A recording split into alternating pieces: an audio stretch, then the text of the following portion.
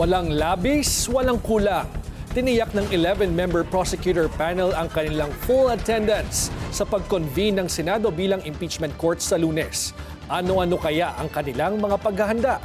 Yan ang Agenda Weekend Report ni Isaiah Mirafuentes ng Abante.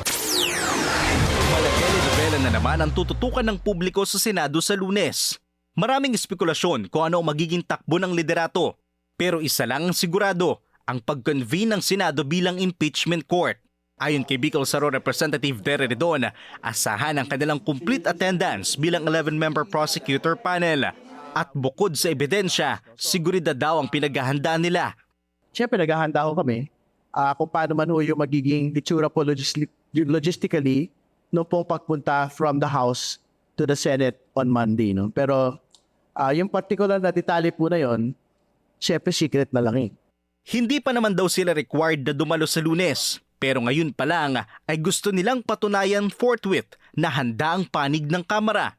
Ready na raw ang House Prosecution Team sa impeachment trial ni VP Sara. Pinag-aaralan ang mga posibleng argumento at counter-arguments, gayon din ang mga testigo at mga documentary evidence.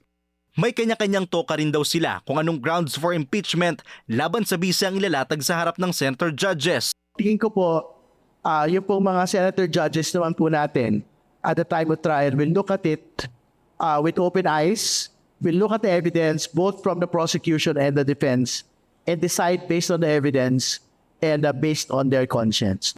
Maliban sa 11 prosecutors, asahan na rin daw ang pagtatalaga ng ilang private prosecutor na hindi pa nila pinapangalanan. Para sa Agenda Weekend, Isaiah Mirafuentes, Abante.